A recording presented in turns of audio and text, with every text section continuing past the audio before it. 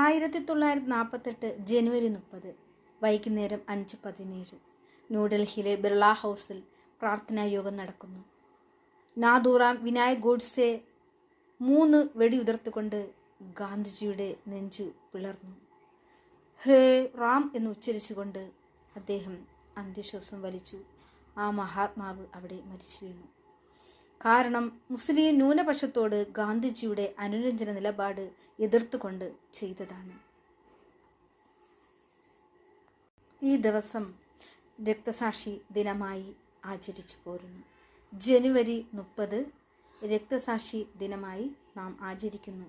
അത് കാരണം നമ്മുടെ ഗാന്ധിജി 1948 ജനുവരി 30 വിനായക് ഗോഡ്സെ, നാഥൂറാം വിനായക് ഗോഡ്സെ എന്ന മതഭ്രാന്തനാൽ വെടിയേറ്റ് മരിച്ചു വീണത്.